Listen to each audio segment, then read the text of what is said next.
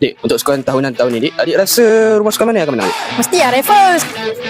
Famosa lah bos. Dari pendapat saya memang Al-Buka akan menang. Al-Buka. Saya rasa Raffles. Memang Raffles. Al-Buka, sebab Al-Buka sentiasa hebat. Aku rasa Al-Buka yang menang tahun ni. Tengok baju pun dah tahu lah. Al-Buka lah. Of course, rumah Famosa. Bagi saya Famosa kot. Saya rasa rumah Al-Buka yang akan menang tahun ni. Al-Buka boleh? Famosa. Saya rasa Raffles kot. Rasa rumah Al-Buka je. Paling power lah sini. Sir Francis. Saya rasa saya pancis lah. Saya rasa tahun ni Famosa lah, sebab nampak sangat Famosa akan menang tahun ni. Dan potensi-potensi ada pun kat diorang banyak-banyak. Itulah saya rasa memang Famosa lah akan menang. Saya rasa Raffles lah. Sebab Raffles banyak atlet saja. So insyaAllah Raffles akan buat yang terbaik untuk tahun ni. Amin. Walaupun saya Saint Francis, saya memang tahu David Famosa menang. Malam ni mestilah Famosa menang. Tak tahu orang lain tak menang kan. Saya rasa Saint Francis lah. Saint Francis 2 tahun lepas menang. Lepas tu budak-budak Saint Francis ni semua padu-padu, sado-sado. Yang penting Saint Francis nombor 1 weh. Saint Francis. Al-Buka lah. Nampak ni. Al-Buka lah akan nombor 1. Rumah lain tak pasien tu. Okay, so saya pilih rumah sukan saya Al-Buka. Di mana kami ada sprinter, ada juga macam-macam atlet-atlet yang akan berjuang untuk pasukan kami.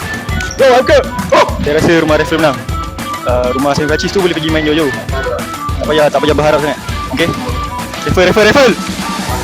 Oh, pastilah Famosa. Famosa juara. Mestilah Saint Francis. Tengok kita orang macam mana. Excited tak?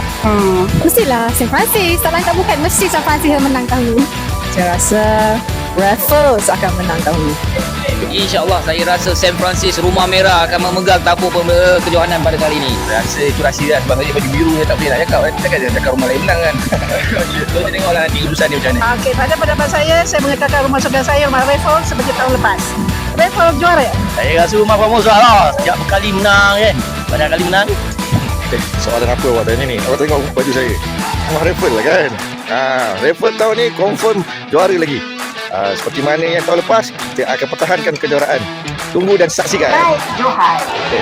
Juara bagi kejohanan sukan tahun 2026 jatuh kepada Rumah Raffles.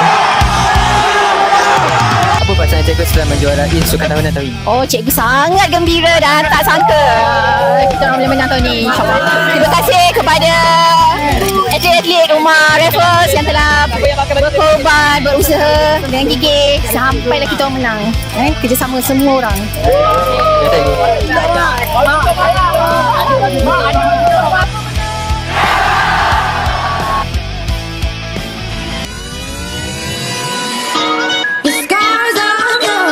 Stars come out and all night long.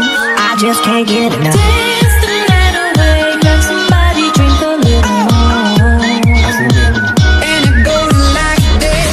Party rock is in the house tonight. We fell in love, thinking what the hell. DJ, what you waiting for? Baby, you're a perfectly bad, but I'm perfectly good at it for you. What the name? What the name? Make me